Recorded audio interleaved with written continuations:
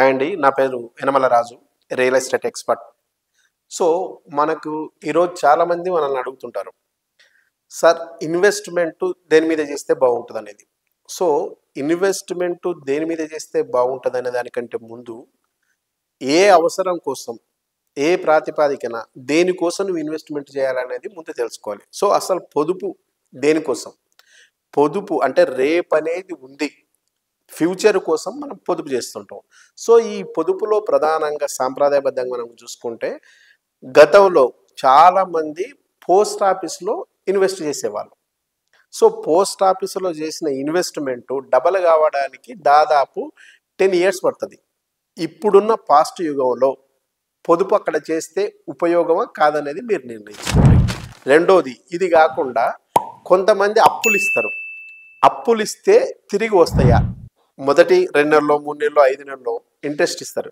కానీ సాధ్యమైనంత వరకు మాత్రం ఈ అప్పు ఇచ్చినది తిరిగి వచ్చేటి చాలా చాలా కష్టంగా ఉంటుంది పరిస్థితి. సో, ఇది కాకుండా బ్యాంక్‌లో ఎఫ్‌డి చేస్తారు కొందరు. బ్యాంక్‌లో ఎఫ్‌డి చేస్తే కూడా ఇది డబల్ కావడానికి దాదాపు 10 ఇయర్స్. సో, ఈ స్పీడ్ యుగంలో 10 ఇయర్స్ అనేది తక్కువ పీరియడ్ కాదు కదా! చాలా ఎక్కువ పీరియడ్. సో, ఇది కూడా సేఫ్ అయినప్పటికీ మీకు రిటర్న్ అనేది చాలా తక్కువ ఉంది. కాబట్టి ఇది కూడా పెద్దగా ఉపయోగం లేదనేది చాలామంది అనుకుంటున్నారు. సో, దీంతో పాటు ప్రధానంగా కొంతమంది షేర్ మార్కెట్‌లో పెడతారు. సో, షేర్ మార్కెట్ అనేది భాగ్యలక్ష్మి బంపర్ లాంటిది.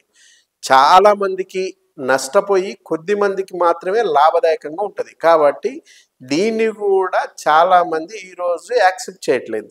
సో, దీని తర్వాత ఇంకా మనకున్న వాటిలో ప్రధానంగా బంగారం. సో, గోల్డ్ మీద కూడా ఇన్వెస్ట్ చేస్తుంటారు. సో, గోల్డ్ అనేది ఇన్వెస్ట్‌మెంట్ పరిధిలకు వస్తదా? రాదా? అనేది చాలామంది కన్‌ఫ్యూజ్. ఫర్ ఎగ్జాంపుల్, మనం షేర్ అంటే తీసుకునేవి అన్నీ కూడా ఆర్నమెంట్ తీసుకుంటాం.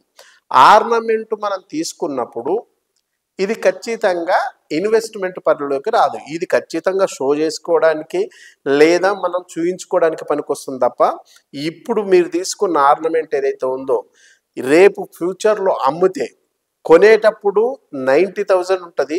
మీరు అమ్మేటప్పుడు తరుగు తీస్తారు కాబట్టి అది మీకు ఏ 60,000 ఆ రేంజ్‌లోనే వస్తది. అంటే దాదాపు లాస్ అయ్యేది ఎక్కువ. కాబట్టి గోల్డ్ ఎప్పటికైనా మెరుగు కాదు, తరుగు.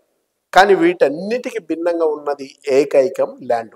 సో, ఈ ల్యాండ్‌ననేది మీరు పర్చేజ్ చేసుకోగలిగితే ఈ ల్యాండ్ ఏ రోజుకన్నా ఖచ్చితంగా అప్పే అవుతుంది తప్ప డౌన్ కాదు. కాబట్టి ఈ ఉన్న అన్ని రకాల ఇన్వెస్ట్‌మెంట్ పద్ధతుల్లో ది బెస్ట్ ఇన్వెస్ట్‌మెంట్ ఏదైనా ఉందంటే అది ఖచ్చితంగా ల్యాండ్. ఆ ల్యాండ్‌ను మీరు పర్చేజ్ చేసుకోగలిగితే మీ భవిష్యత్ అవసరాలకు రోజులు పెరిగే కొద్దీ, గడిచే కొద్దీ ఖచ్చితంగా దీని మీద రేటు పెరుగుతుంది. ఖచ్చితంగా మీ అవసరాలు తీరే అవకాశం ఉంటుంది. మీ పిల్లలకు లేదా మీకు లేదా అమ్మాయి చదువుకు వీటన్నిటికి కూడా పనికొచ్చే ఏకైకం ఏదన్నా ఉందంటే ఖచ్చితంగా అది ల్యాండ్. ప్రపంచంలో ది బెస్ట్, ఎప్పటికి తరగనిది, అరిగిపోనిది, కరిగిపోనిది, పాడుగానిది ఏదైనా ఉందంటే అది ఏకైకం ల్యాండ్ మాత్రమే. ఈ ప్రపంచంలో ఎప్పటికీ నిత్య నూతనంగా పెరుగుతూ ఉండేది ఓన్లీ భూమి మాత్రమే. ఎందుకంటే భూమి మీద కాస్టు ఖచ్చితంగా అంటే భూమి మీద జనాలు పెరుగుతారు తప్ప భూమి పెరిగే అవకాశం లేదు.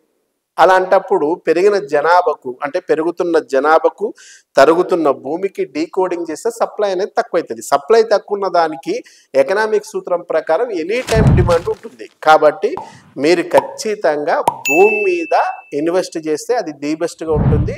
మీకు భరోసాను, భద్రతను, గుర్తింపునిచ్చేది భూమి మాత్రం అనేది నా అభిప్రాయం. Thank you.